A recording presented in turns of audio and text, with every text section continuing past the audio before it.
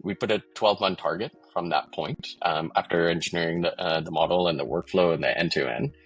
I suggested $100,000 GMV for the year, 12 months.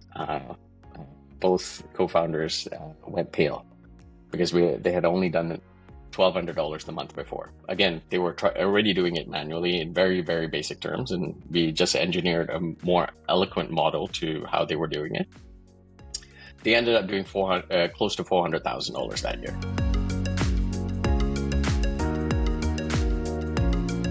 Hello everyone, welcome to another episode of Promethean Leaders. Today we have Diraj, CEO and founder of GetFresh Ventures. Diraj is a distinguished figure in tech industry, renowned for his strategic foresight and dedication to fostering innovation. He is the founder and CEO of GetFresh Ventures, as I said, a venture catalyst firm which has steered more than 200 startups towards significant growth and profitability.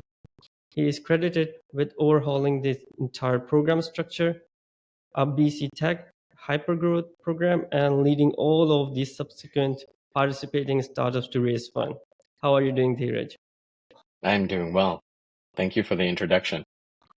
Yeah, you're very welcome. Thank you for joining us. So, Diraj, we have all heard of venture capital and venture firms and all those venture capital firm that help startups raise money. But now we are hearing venture catalysts. So, what's the difference? What's the venture catalyst? I think when you're thinking about building a company, there's a new spectrum in terms of the kind of support that you can get from accelerators, startup studios that engineer and build companies from their shared services model, and then venture capitalists that deploy capital. Everyone has their pros and cons. But I think what most founders struggle with, and if you talk in the startup sphere today with startups that raise their seed round, a lot of them are struggling because they were basing their growth trajectories on a 12 to 18-month timeline to their Series A. So the capital they raise, the way they build their spend cycle, the amount of revenue they generate and the cash flow is all dependent on the subsequent raise coming. But the rules have changed. The rules are now focused on profitability, lean focus on driving growth and revenue, sustained growth, and also being clearer on the growth economics that a Series A would invest in. So if you raise $5 million, which type of customer are you going after? What's the channel? What's the economics of that? And let's make sure all those numbers are right side up, meaning for every dollar you spend, you should make $3, not the other way around when the world was all about growth at all cost, grow or die, which has been the paradigm for the decade or so before 2022. Where the venture catalyst comes in, is our focus isn't to try to overwhelm your company and run your engines like a startup studio, because we want to see companies self-contained, self-sustained, and focused on growth by building the right engine. Our focus is to work with companies as an enabler, a catalyst, a problem solver, basically work with founders at a very intimate level to solve all the problems that helps them get to a profitable growth trajectory. Engineering the team, engineering the company, engineering the product market fit, the economics of delivery, and how do you build an ongoing sustainable engine. A venture catalyst will deploy capital in a lot of cases with high expectations. Our focus is it's not about deploying capital. It's about receiving the right type of capital, regardless of in regard to the need, based on what capital is going to give the founder the greatest exit. So in that sense, we're true catalysts, where by having us and our team in the mix, we catalyze founders to build high value, enterprise value companies where they exit with the highest value possible. They de-risk their path to success, and have a guide, a supporter, a sponsor that helps them through all those problems. And the good news is that we've solved a lot of different types of problems, so we know how to solve most problems. And we also have the access to the network, the capital, the capabilities, and the talent to bring those capabilities to bear. I think that's a new paradigm that founders need. What should I do? What's the best decision to make, and how to engineer this company for that scale and growth, and serve the company to serve the founders. It's generally not what they experience when they go to market in terms of the support they need, as well as the capital they need. And I think this new paradigm is helpful for both founders and the economy, because our focus isn't about just deploying capital and spending in a one-time fashion. It's about building sustainable anchor companies that continuously hire, build a presence, and generate economic value for each region that they live in. So Dheeraj, so it seems like you're taking parts of Accelerator, parts of Incubator, parts of venture capital, and then just it's a combination of all of that, like taking parts of it and then bringing it to the market and helping founders through their whole journey of their startup, not just part of raising capital, but also part of discovering the market and part of making sure that their product is actually fit, like what customer is looking for, and then helping them develop it as well. So when you're building a house and you've never built a house before, you get a general contractor, like someone who stick handles and builds the house. Like, I mean, sure, you might be the CEO of this house build and you get funding from the banks, and you need this contractor for the plumbing, the electrical. You need to figure out what to do. And if you're building houses to sell, you've got leads in place that know how to build it from the ground up. Now, there was a time when how to build a tech companies was not a known paradigm. But we've got a few decades under us, a lot of intel and knowledge on how to focus on the right market, how to get to product market fit. There's a lot of maturity in the thinking already, where founders have to start from zero. They have to learn. They have to hire a fractional person here and a fractional person there and triangulate everything and then get the VCs involved. That's stakeholder management. That's a resource management that really is overwhelming when you're trying to triangulate everything and build a company. But if you've got someone who's done all of this and can work with you to educate you in real time and support you in terms of the decision making and bring the right capital partners and the service providers, it's a lot easier paradigm to navigate. I didn't realize the need for that level of support until I became a parent. Before a parent, I could work 78-hour weeks. Like, if I need to take 10 hours to figure something out, so be it. But now I don't have the time to figure it out. I need somebody to give me the Coles notes. I need to figure out in terms of fidelity based on the level of need that supports me in my next step. And having that type of intel and that capability is immense. So do you need to go to an incubator where you get some education and you got to figure shit out? You go to an accelerator and you get curriculum and a network and you still have to figure it out? Or you go to a venture firm and you raise funding, but now you have to communicate with them and they're telling you a bunch of things to do. And guess what? You got to listen to them. Or you can work with a partner who can help you navigate, and maybe you never need to raise any funding, and you own your destiny, and you can decide when you want to sell and what generational wealth looks like. It's not for everyone, but I suspect, and our portfolio speaks to that there's definitely an underserved need in founders getting that kind of integrated, unified support.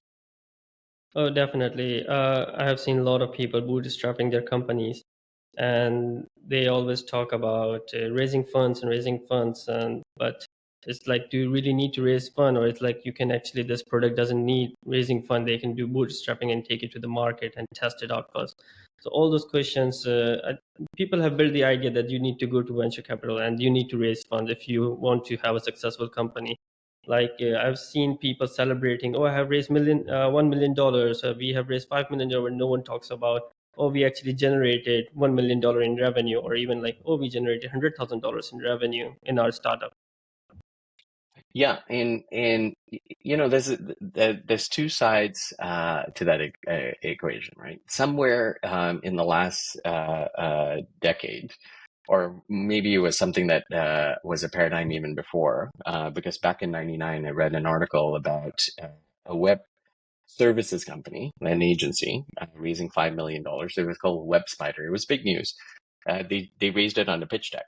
This was back in 97, 98, and this was before the dot-com bust. This was the boom. And when interest rates dropped in 2009 and cash became that much more available, everyone was leveraging because you can borrow for nothing. And even if we just double our money, that's a no-brainer. So there was a lot of capital getting deployed, less diligence because of the velocity of the capital getting deployed. VCs are incentivized by the amount of capital they deploy, and a double return on the fund, even though in terms of fund terms it sucks, it's still a good return.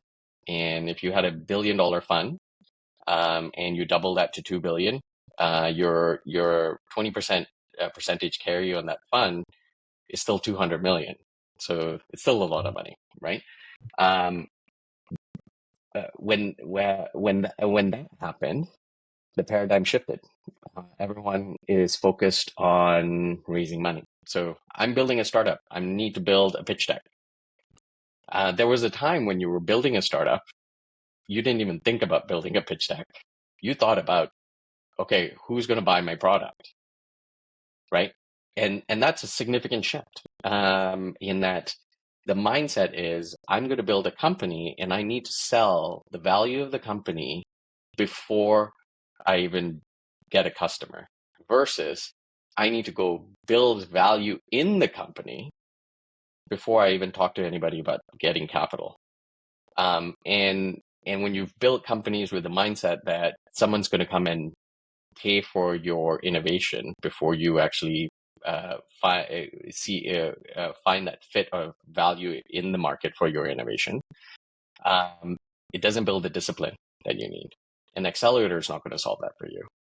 A venture capitalist is not interested in you. But what you must do is re-engineer your company for that mindset about building value in the company before you ask for that value. The flip side is, I use pitch decks as a method to get the founder and the founding team to really focus on what that value means. So we don't build pitch decks for investors. We build it for founders because they're the first investors. If you can build a pitch deck and convince your significant other that you're going to spend 70, 80-hour weeks for the next 5 years doing this thing because it's going to generate value, you better be sure that thing is going to generate value. So the pitch deck is now a vehicle that we use to aggregate the thinking and justify the model, right? So everything that you need to sell to an investor, sell to yourself first. Because then you're not going to be building hockey stick curves on your financial modeling. You're going to be more realistic in terms of what that curve actually looks like, and you're going to be focused on revenue and profitability and cash flow. Yeah, that makes sense. When you were talking about previously, people were very much interested in actually seeing who their customers are and finding the value in the product and seeing the market fits and everything. And now we look at startups that like, oh, who's going to actually invest in the product? I was talking to this one person at the Vancouver Startup Week, and they mentioned a similar thing. They talked about how right now people are not really focusing on finding out who their customers are and who is going to actually buy the product, but they are always talking about who is going to invest and who should invest in the product because it's so amazing. Just like business is about selling it to customer, it's not about raising money into the ventures, and that's where people are having some kind of misconception these days. Well, I think that's the fundamental struggle, right? Your measure of success is how much you've raised, how many people you've employed, and how much earned media and PR you're getting, right? A great example is the company Fast.com that was building a checkout module to improve the velocity of checkout. It's kind of like what you see with Link. I don't know if you're familiar with Link today. They had raised over 100 million, employed hundreds of people, or were burning, I think, 8 or 9 million a month. In the entire lifetime of that company before it went bust, it had done $600,000 in revenue. I'll give you a flip side. Yeah. 600,000 in revenue. That's not margin. That's straight top line revenue. On the flip side, there's a company that one of the early companies that we worked with in our portfolio. The founders came to me asking for $40,000 for an angel investment to start to build a product. So I dug in and said, okay, well, what are you building? And they walked me through the software, and some software developer was going to build some interfaces and so on. And I looked at the business, and it was focused on matching talent to hiring managers in the construction industry. And my immediate retort was, you don't need any software for this. You don't need to build a single line of code. You can do all of this with basic tools. You give a UI to both sides of the equation. You do everything manually. You figure out the whole end-to-end process. And then once you get to a certain level, then let's talk about building code. And then the code you build, it has nothing to do with interfaces. It has everything to do with how you turn over more revenue without hiring any more people in your business. So you operationalize the infrastructure and the operational practices of the business rather than the interfaces, because the interfaces didn't really matter that much for construction workers. $100,000. I didn't give him anything. No, you gave them the target to actually do Hit the $100,000. 100,000, yeah. And they did 4x. Yes. That's amazing.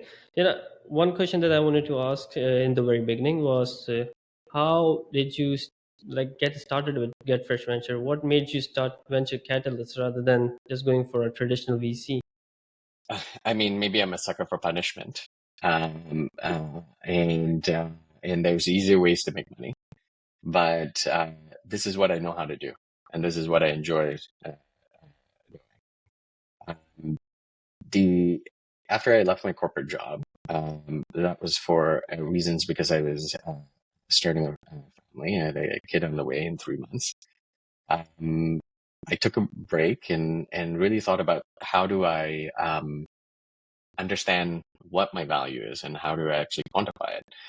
I reached out to my network, and that time BC Tech was running the Hypergrowth Accelerator. And they had a couple of years behind them, but they needed to re-engineer it. When I looked at the content there, and I did a pilgrimage to various accelerators like the Alchemist Accelerator down in the Valley, and talked to several different accelerators, GrowthX and so on. And I saw certain models that I gravitated to and certain models I didn't. There were ones that were more educational, and they weren't engineered in a narrative of building the company. It was more education on what branding is and how do you leverage branding, rather than this is what you need your brand to be for now and go work on this next.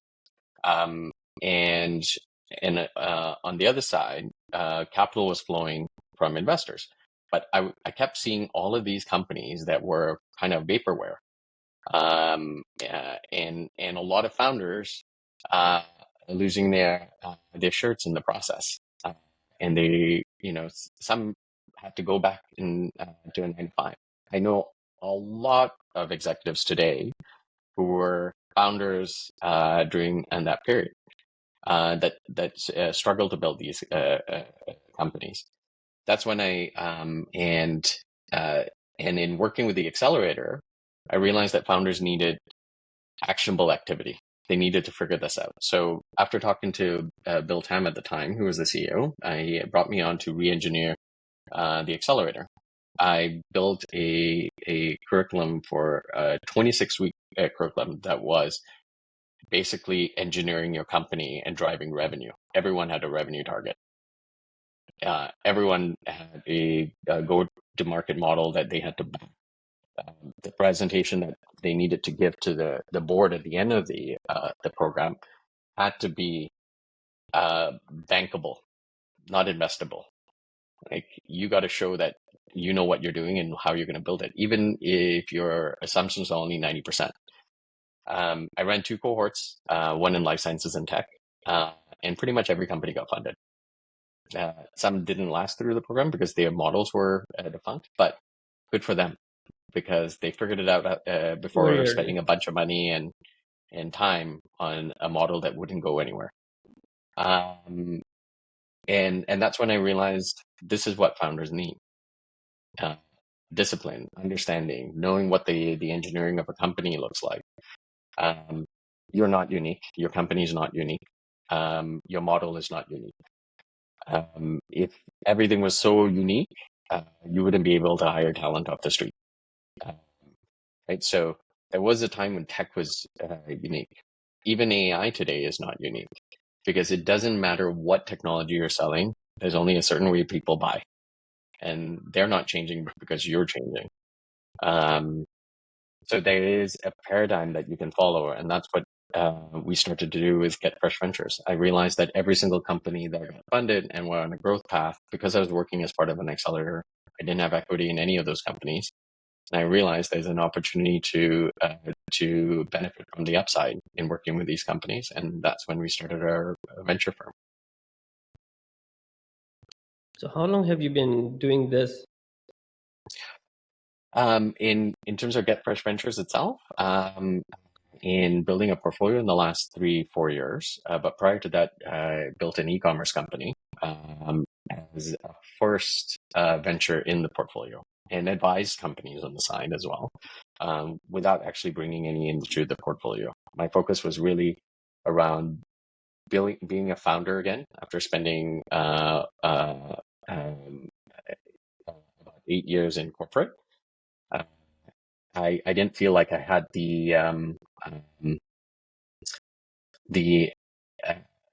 that visceral experience, or I couldn't remember it enough of being a founder to go to another founder and say, I can help you. So I built an e-commerce company and worked 70, 80 hours during that period, and got a company to 10 million in under 2 years, in a very lean fashion. I dealt with all the stress, the cash flow, the late nights, the broken systems, the losses, the issues with investors.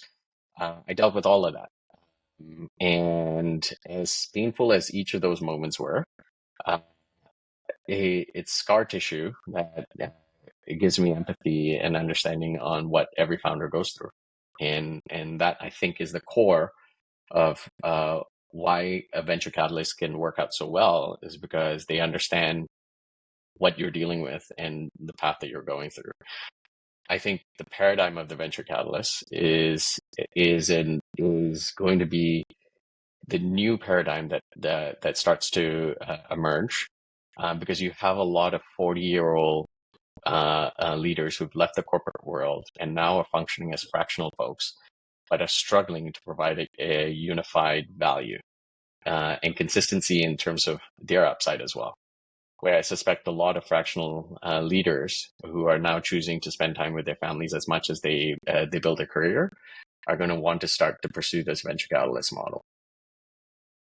Yeah, I think we are seeing some kind of change in the market as well. A lot of even the traditional VCs are changing their methods and their approach to startups, and especially if you talk about Canada and BC in particular.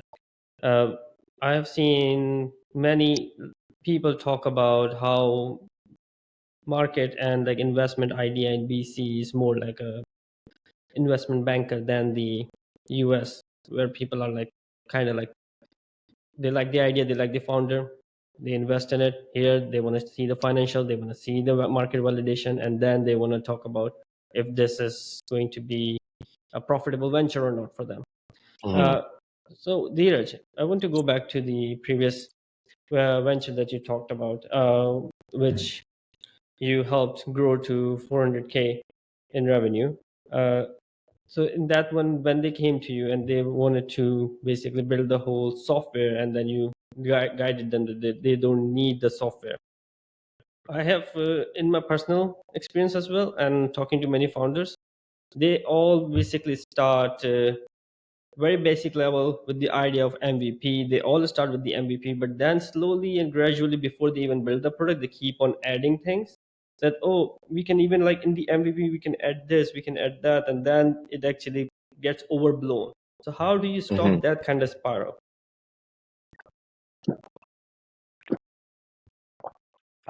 It's actually a very common problem, and it's partly the founder's fault and partly not the founder's fault.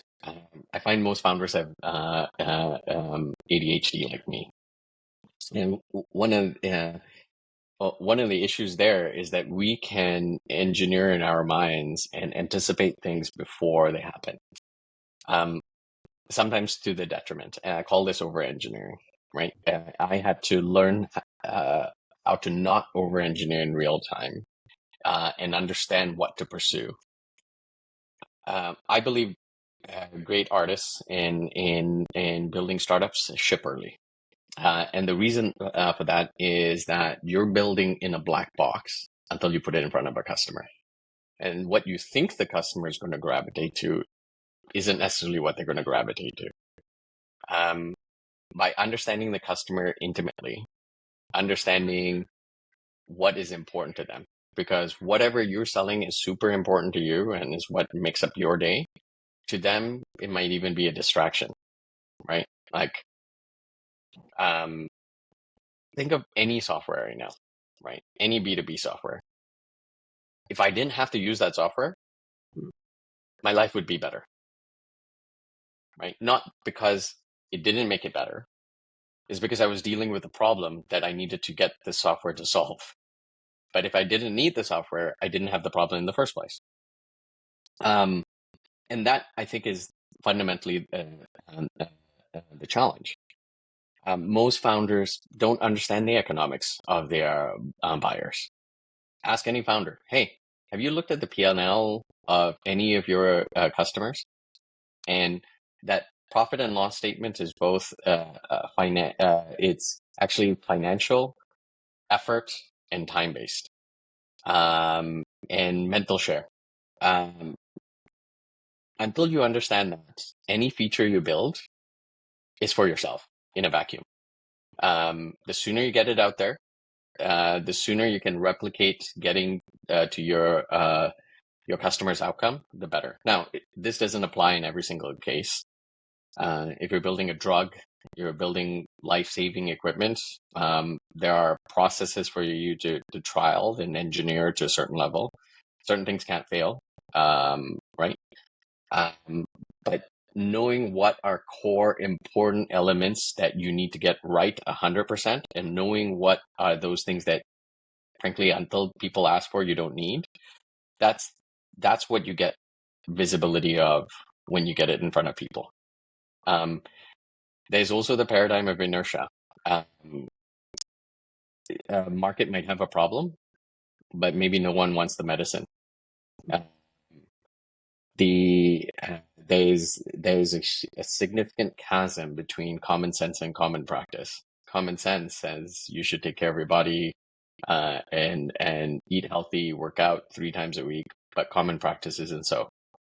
So assuming that just because you have a solution to a problem, the market's going to adopt it, is presumptuous. The best way to figure out whether that's actually true is to go out there and put it in front of them and see what they do. I totally understand that part, like getting in front of the customer and letting them use the product. But again, like this mentality of oh, if I take it out to the customer now with this MVP and it's missing this feature, they might not be able to get my product. They won't be able to use it. It's not going to be as efficient or as uh, user friendly as it can be, and that's why it won't work, and that's why we won't get funding, that's why we won't get customer, and that's why it will hurt the Hmm. brand. Like, that's a spiral thought process that goes through, which makes them Hmm. to invest a lot of money to build features and product that no one actually needs, and then Hmm. fail miserably in the end. So that, like, Hmm. stopping themselves early or pivoting into the right direction is very important. And that's why I wanted to understand, like, what would be the MVP that they can take it to user and get good feedback to actually improve the product before, like, actually spending too much money and time. The first MVP you should build is a high fidelity mockup. You can do that all day long, right? Like there's AI tools to do that now. Yeah. Uh, it doesn't need to have any programming or processing in the back end. Uh, you just need a high fidelity visual so that your customer can visualize and understand that. And then the answer to the question of what do you need here should be answered by the customer. I can't answer that, right? So build your best version of visualizing what you think this looks like. Put it in front of someone real and ask them if they're going to use it. Then ask them, if you go build it, are they going to pay for it? And then build the simplest version and get them to pay for it. And by that, I mean, you got to improve their situation one way or the other. A slight improvement is better than no improvement. So you got to figure out how to get over that hump and what they actually need to get over that hump. That is product management. That is what you do to build products that people will use. And that's your best way to understand what your alpha version needs to be. I've talked to a lot of founders who have a long list of interests. Oh yeah, if you build it, I will definitely buy that. And those don't translate because they might desire the outcome, but are not interested in the effort to implement. And it's a lot better for you to figure out what that looks like while you're building the product than spend a whole bunch of money building it and then realizing that you didn't actually build what people are going to use. Yeah. And one of the things that I think people should consider is free users are not really equivalent to paid users. Like, if you can have like hundreds, thousands and thousands of free users who are using the product, as soon as you actually put a price point to it, then you see a drop in users. So your real Mm-hmm. customers are who are actually willing to pay for the product, because they are the one who are actually having a problem and your product is solving it. So if no one is willing to pay for your product and everyone is showing interest, yeah, it would be nice to have this. Yeah, it would be amazing. Your product sounds really cool. But if they're not willing to pay for it, that means you are not really solving a real problem or problem big enough for them to actually put real money to it. Yeah, and you know what? There's a lot of models that follow the freemium, and they, in hindsight, you could say they figured out the economics from the start. But a lot of these cases were venture backed with no revenue or profitability until later in the game, where they get maybe a 1 to 2% utilization paid version, but 99% of their users are all free. But they can still build a profitable business on that. Trello is a great example of that. Yeah. Before it was sold. Um, but when you don't have the option to build products, so you can build a community and give it away for free, and you're not going to be the next Facebook, you've got to be very um, deliberate about how you're giving free and what free looks like, and what is the path that you you engage them so much that when you provide an elevator feature, it's a no-brainer for them to invest, right? So that's, again, getting to a deep understanding of your consumer and understanding what they're willing to pay for and why they're going to pay for it, by first attracting them with your free product. So it's not to say that the freemium model is not an effective one. It's just you can't just give it away for free and expect that it's going to work. You got to be deliberate about what free means and how to engineer that trial or freemium to paid ratios. That's all part of the catalyzing and engineering that we do with our founders. Can we use free as a tool to attract and drive product-led growth, and then bifurcate certain elements and certain features so that we can graduate users to paid? And that needs to be a very deliberate exercise by intimately understanding the buyer. All right. So premium models is still valid. 100%. Yeah, I get that. Another thing that Dheeraj, I wanted to ask you was, in your experience, what kind of misconception founders bring when they're coming to you asking about anything like being part of your program or helping them get investment? What kind of misconception they come up with? I think the biggest struggle that we have as a firm, and I've seen this with any category maker. I've had countless conversations with founders that are building a new paradigm because they have to educate the market first. Okay, this is what we are. This is what we do. Oh, I don't get it, right? And that happens continuously because we don't bring funding initially. Our focus is figure out whether your company actually can grow. And there's a cost to it. We operate on an equity and cash model, which is not a paradigm most founders are comfortable with.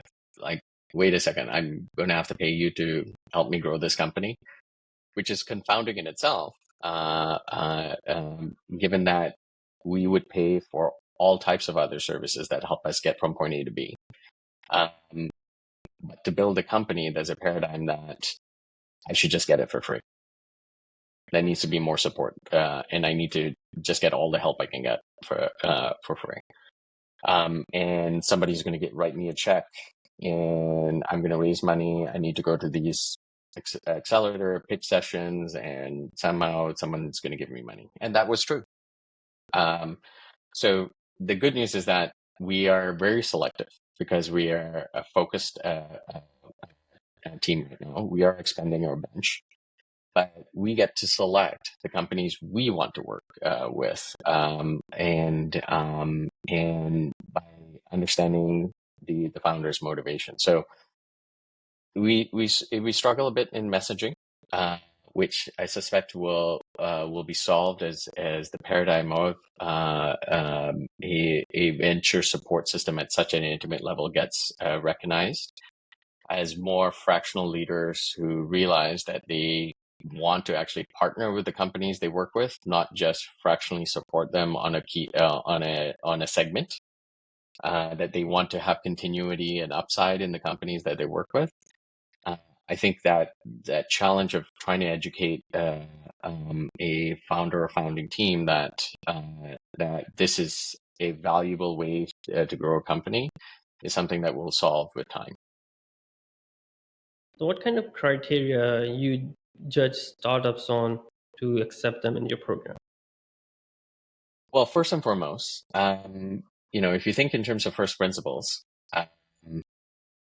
I believe it starts with the consumer, whether that's a company or whether that's an individual. What are they getting, and how mission critical is it? There was a time where I had a director who was ex-military come to me, and she said, 1, 2, 3 lifeboat. Now, I didn't know what the hell that meant, but it basically was asking me, okay, who's going to stay? Who's going to get to go on the lifeboat? Who's a maybe? And who are we throwing off the ship? Kind of morbid, but that's what we're seeing. in startups today with layoffs, with everyone trying to focus on lean efficiency. Now, if you look at it in terms of personal needs and corporate needs, everyone's focused on the mission critical problem. They only are wanting to look at ones. If a company is pursuing a one and their solution can be engineered as a no-brainer to that problem in the market, and it's a visceral need that the buyer is clear about, that's interesting to us because we know that then we can pursue that market with focus, and we can convert at velocity. So our main focus is there really a rabid market for whatever you're building, where it's clear this market is waiting to adopt whatever you're going to put down. Okay, and how about like looking into founders? I've heard many VCs especially talk about founders matter, what kind of personality they bring in, what kind of skills they bring in, and how they actually function matters. So what I kind of mean, things do you look into founders?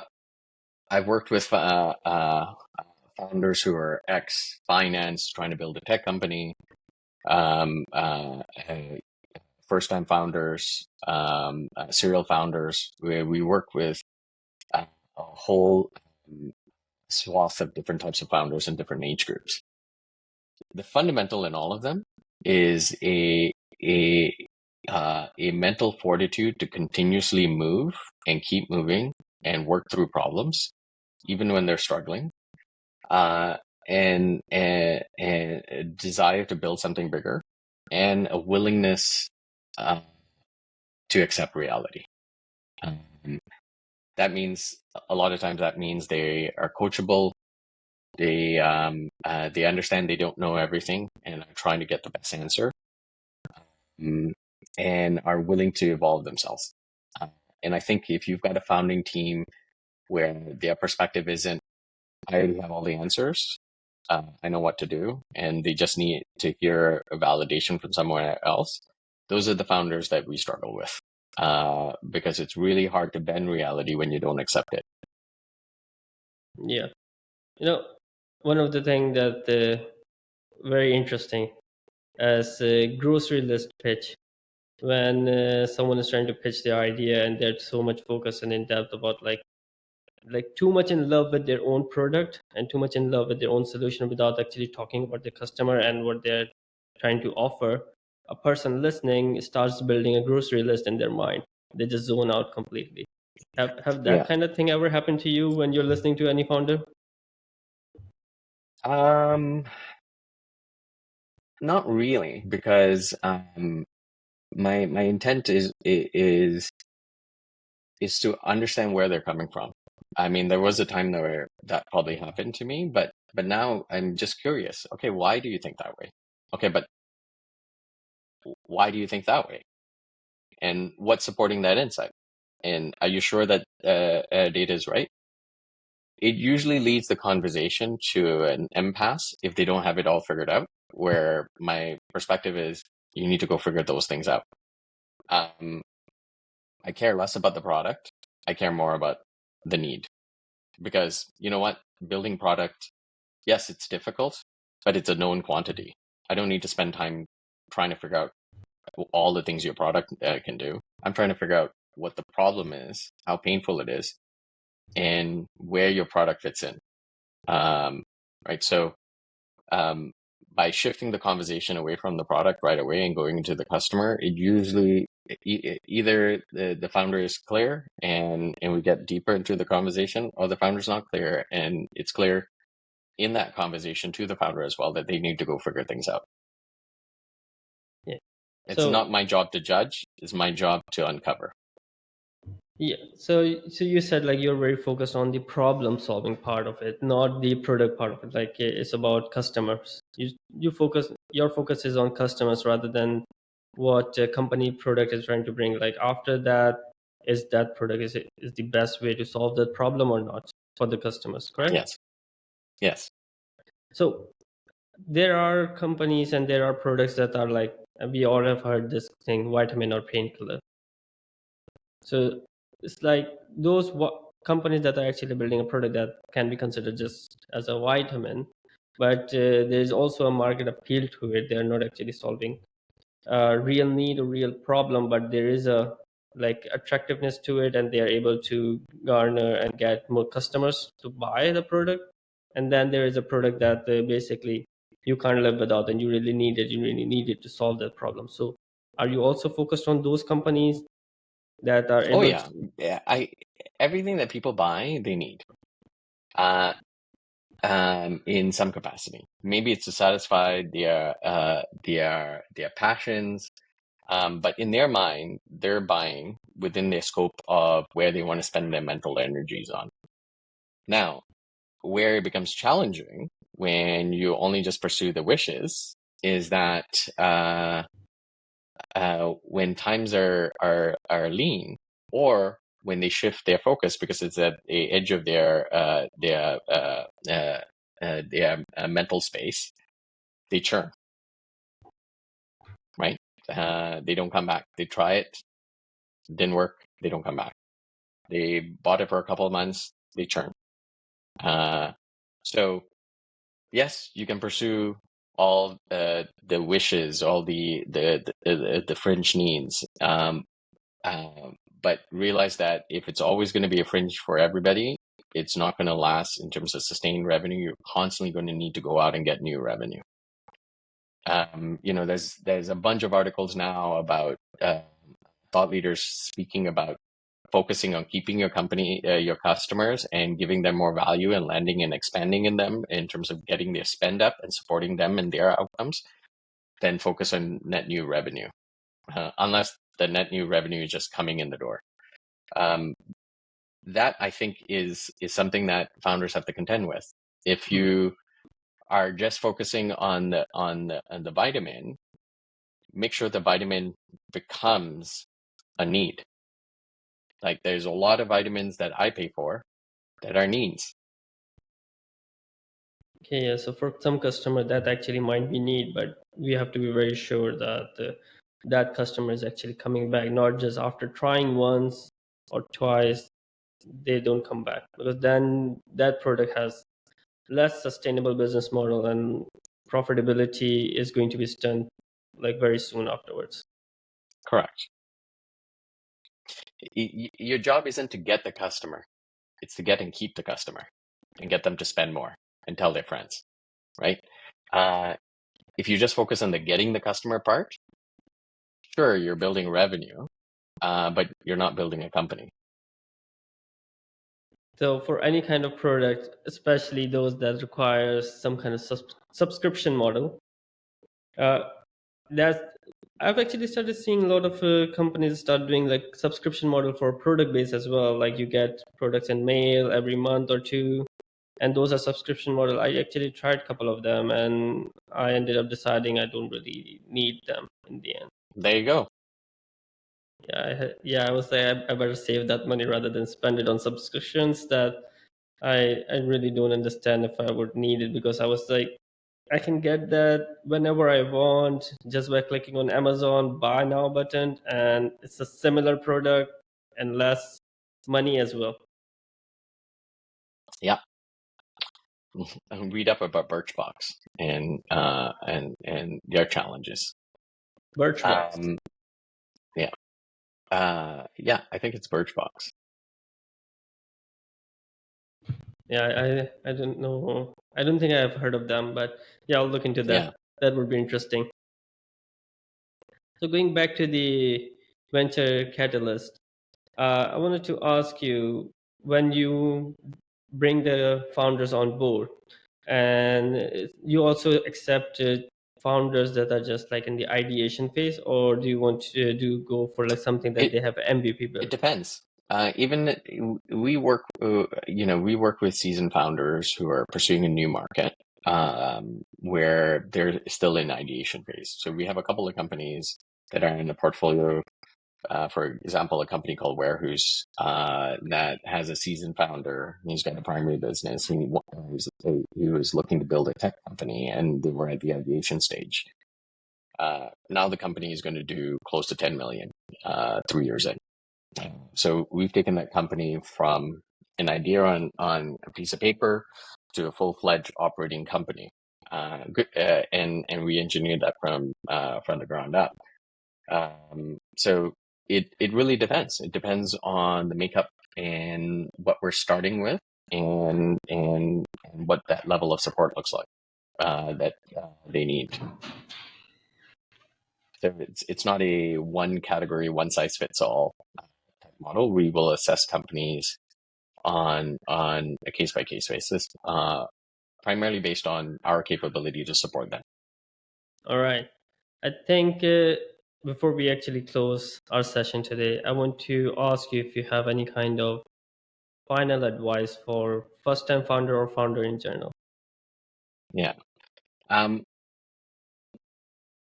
I have, until I realized I had ADHD, I didn't realize that my desire to just try to know everything and learn everything came from that. But I think for founders, what they need to do first and foremost is figure out their customers and figure out enough about how a company works so that they can call bullshit as they're scaling their company.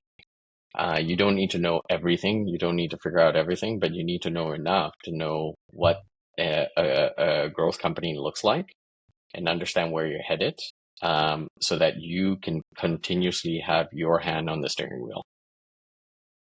Okay. Figure out your customers first. Very first thing to do.